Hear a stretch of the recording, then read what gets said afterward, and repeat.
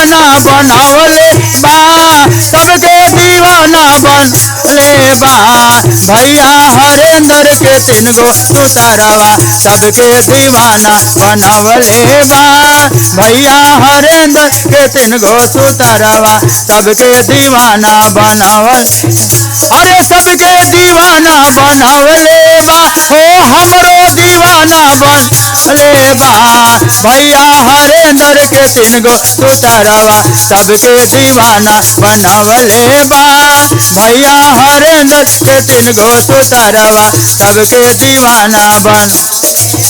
अरे के हो भोरे दाया मांगे के हो भोरे दाया अरे के हो भोला से दाया मांगे के हो भोला से दाया के हो मजाक उड़वले बा हो के हो मजाक उड़वले बा भैया हरेंद्र के 3 गो सुतरवा सबके दीवाना बनवले बा भैया हरेंद्र के 3 गो सुतरवा सबके दीवाना बनवले अरे सबके दीवाना बनवले अरे हमरो दीवाना बन भैया हरेंद्र के 3 गो सुतरवा सबके दीवाना बनवले बा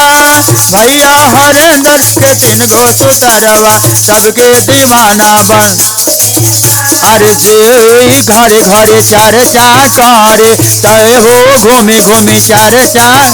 अरे केहू मजाक उड़ावले बा उड़ावले बा अरे केहू आराम फरमावले बा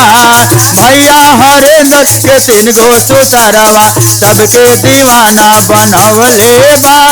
भैया हरेंद्र के 3 गो सुतरवा सबके दीवाना बन अरे सबके दीवाना बनवले बा हमरो दीवाना बनवले बा भैया हरेंद्र के 3 गो सुतरवा सबके दीवाना बनवले बा भैया हरेंद्र के 3 गो सुतरवा सबके दीवाना बन के हो घूमे घूमे चर्चा करे के हो घूमे घूमे अरे केहू आराम फरमावले बा केहू आराम फरमावले बा भैया हरेंद्र के 3 गो सुतरवा सबके दीवाना बनवले बा भैया हरेंद्र के सबके दीवाना बन